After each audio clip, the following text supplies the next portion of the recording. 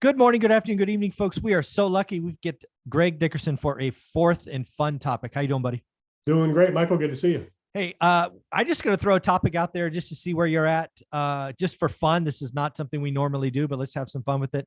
I'm sure you've heard the news that Elon Musk was planning to buy Twitter, and then I think it was last week or this weekend, he said, no, thank you. He's walking away. What do you think of this Twitter saga? What do you think Elon's long-term plan is? You know, where do you think this thing goes? Just curious what your thoughts are. Yeah. Hey, enable my share screen because I'll show you something while we're talking about it. I just found something that's pretty funny. It is up. So here's what I think about it right here. And it's right from Elon Musk's mouth, right? First, they said I couldn't buy Twitter. Then they wouldn't disclose bot info. Now they want to force me to buy Twitter in court. Now they have to disclose bot info in court.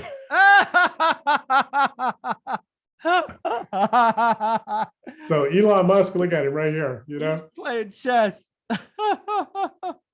He's having fun. So, you know, at the end of the day, when you do a deal with the richest man in the world, you need to, you know, understand a couple of things. Number one, you know, they can pay you a lot of money to go away. Number two, they can generally outlast you in court and spend you into oblivion. So yeah, Twitter doesn't have enough cash flow to compete with Elon Musk in court. The question is, how far does Elon want to take it? And, you know, what's he really up to? So there's two schools of thought. One, you know, he is serious about it and he's just trying to get a better deal. Or two, it was all just a joke and he got caught, you know, and he was called out on his little joke and now he's kind of stuck trying to get out of it. So, yeah, you know, those are the two schools of thought there. Yeah, kind of, because now we're here, right? We're at a pivot point. You know, both Musk and Twitter have a choice, in my opinion. Like you said, option one is Elon realized he overpaid. 54.20 or whatever it was overpaid, and now, as he's learned more, clearly is overpaid. So he's going to cancel to get a better price. Absolutely could be happening. Totally. The second one is, you know, Twitter has a choice. They can either try to force this to happen with court, and like you say, I've talked to a couple of attorneys and they said, Michael, best case, it's 5 years. And I'm looking at Twitter's balance sheet, looking at their cash position, looking at their probably their ad collection going down because they've been exposed. I don't think they survive 5 years. So that doesn't feel like a great option. But they do have another option. They could basically flip the middle finger to Musk and just attack it. They've been exposed. They're bloated. They've given unrealistic comp to employees that don't do anything. Again, these are all exposed with Musk's findings, but they could use this as a rallying point if they wanted. It depends on what they want to do. Do they want to be injured or do they want to fight?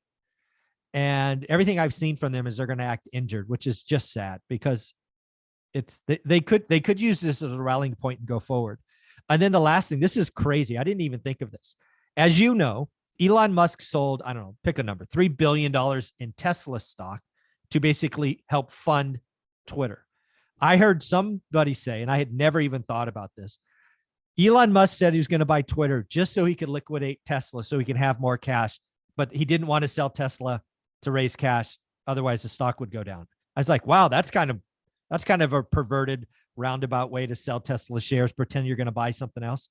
Crazy. Yeah. I mean, you never know what he's really up to and what's going on. I think he's just, like he said, sitting on the toilet tweeting. He's like, I'm going to buy Twitter. And now he's stuck, you know, but we don't know what his contract looks like, you know, any of that kind of stuff.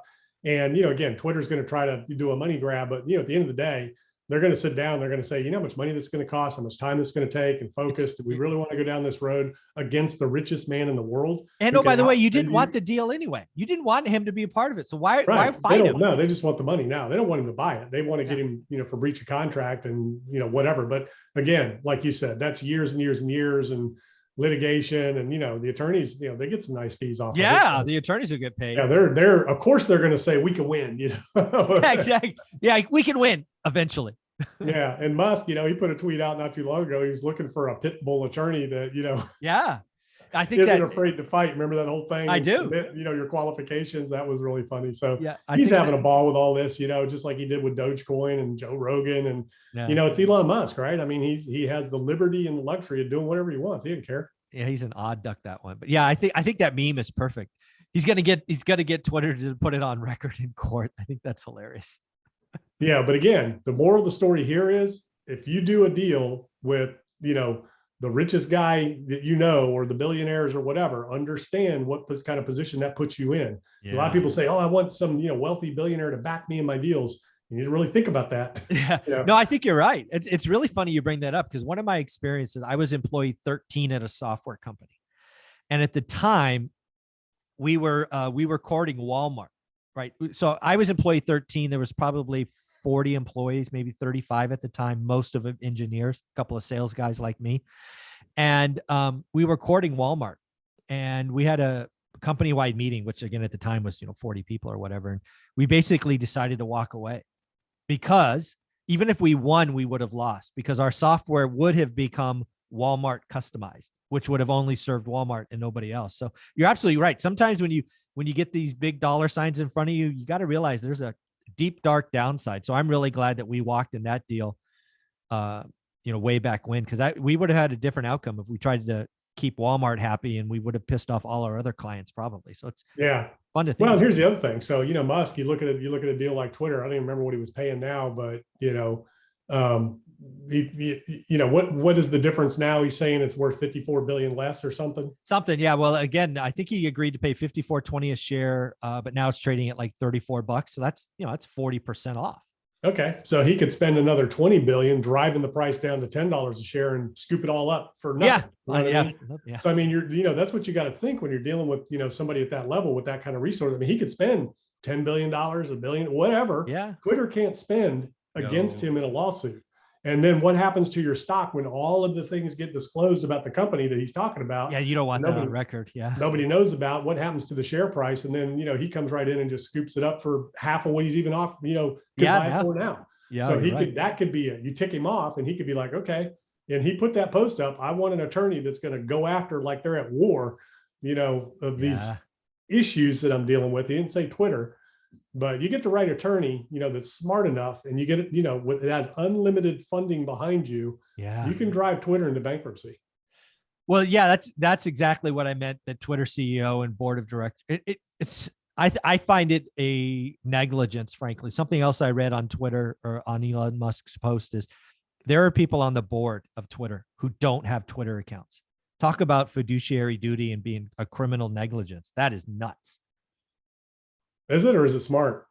I think it's nuts. I would think a board of directors of an account would be a user of the account. At least pay someone to post tweets under your name. But they know this platform.